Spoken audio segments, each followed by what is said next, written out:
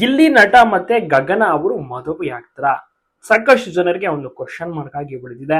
ಇದರ ಬಗ್ಗೆ ಅಧಿಕೃತವಾಗಿ ಗಗನ ಅವರೇ ಮಾತನಾಡಿದ್ದು, ನಾವು ಯಾವುದೇ ರೀತಿ ಲವ್ ಮಾಡ್ತಾ ಇಲ್ಲ, TRP ಗೋಸ್ಕರ ಲವ್ ಮಾಡ್ತಾ ಇದ್ದೀನಿ ಅಂತ ಹೇಳೋಕೆ ನಾನು ಹುಚ್ಚಳು ಕೂಡ ಅಲ್ಲ. ನನಗೆ ಮನಸ್ಸಿಂದ ಬರ್ಬೇಕು, ನನಗೆ ಆ ರೀತಿ ಯಾವುದೇ ರೀತಿ ಫೀಲಿಂಗ್ಸ್ ಭಾವನೆ ಏನೂ ಕೂಡ ಇಲ್ಲ.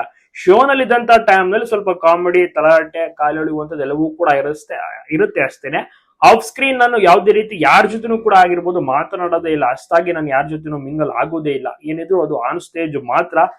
ಯಾರು ಕೂಡ ತಪ್ಪು ತಿಳ್ಕೊಬಿಡಿ, ಕೆಲವೊಂದು ನೆಗೆಟಿವ್ ಕಮೆಂಟ್ಸ್ಗಳು, ಪಾಸಿಟಿವ್ ಕಮೆಂಟ್ಸ್ ಎರಡು ರೀತಿಯೂ ಕೂಡ ಬರುತ್ತೆ. ಅದನ್ನ ಸ್ಪೋರ್ಟಿವ್ ಆಗಿ ತಗೋತೀನಿ.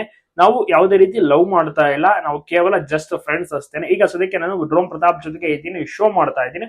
ಶೋ ಮುಗಿದ್ಮೇಲೆ ಬೇರೆ ಕಡೆ ಮೂವ್ ಆನ್ ಆಗ್ತೀನಿ ಅಂತ ಇದೀಗ ಗಗನ ಅವರು ತಿಳಿಸಿದ್ದಾರೆ. ಆದ್ರೆ ಗಿಲ್ಲಿ ನಟ ಅಂತೂ ಶೋ ನಲ್ಲಿ ಕಂಪ್ಲೀಟ್ ಆಗಿ ಐ ಲವ್ ಯು ಅನ್ನುವಂಥದ್ದು, ಪ್ರಪೋಸ್ ಮಾಡುವಂಥದ್ದು, ತುಂಬಾನೇ ಇಂಪ್ರೆಸ್ ಮಾಡಕ್ಕೆ ಪ್ರಯತ್ನ ಪಡುವಂಥದ್ದು ಎಲ್ಲವನ್ನೂ ಕೂಡ ನೋಡೇ ಇರ್ತೀವಿ.